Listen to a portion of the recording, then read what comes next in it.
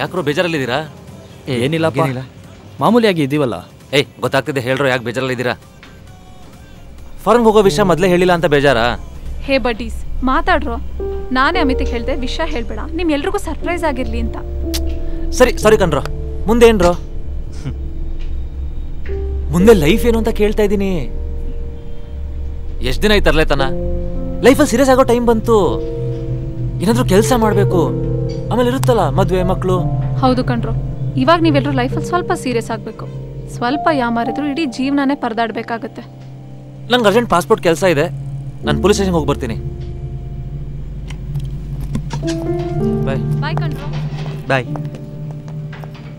Sir bill. ಮಗ ಸೋಡಕ್ಕೆ ಕಾಲ್ ಮಾಡೋ. ಹೇಯ್ ಬಿಲ್ಲೇ ಕೊಟ್ಟಿಲ್ಲ ಪಾಪ, ದುಡ್ಡಿರಲ್ಲ, ಕೊಟ್ಬಿಟ್ಟು ಬರ್ತೀನಿ. ಅಮಿತ್, ಇದೇ ನೀನು ಮಾಡ್ತಿರೋ ತಪ್ಪು. ಎಷ್ಟು ದಿನ ಅಂತ ಮಾಡ್ತೀಯಾ? ನೋಡು, ಫ್ರೆಂಡ್ಸಿಗೆ ಹೆಲ್ಪ್ ಮಾಡೋದು ತಪ್ಪಲ್ಲ, ಆದರೆ ಅದೇ ಅವ್ರ ಜೀವನಕ್ಕೆ ಮುಳ್ಳಾಗಬಾರ್ದು. ದುಡ್ಡಿನ ಬೆಲೆ ಏನು, ಅದನ್ನು ಹೇಗೆ ಮ್ಯಾನೇಜ್ ಮಾಡಬೇಕು ಅಂತ ಅವ್ರಿಗೂ ಗೊತ್ತಾಗ್ಲಿ ಬಿಡು. ಈಗ ಬಾ ಹೋಗೋಣ.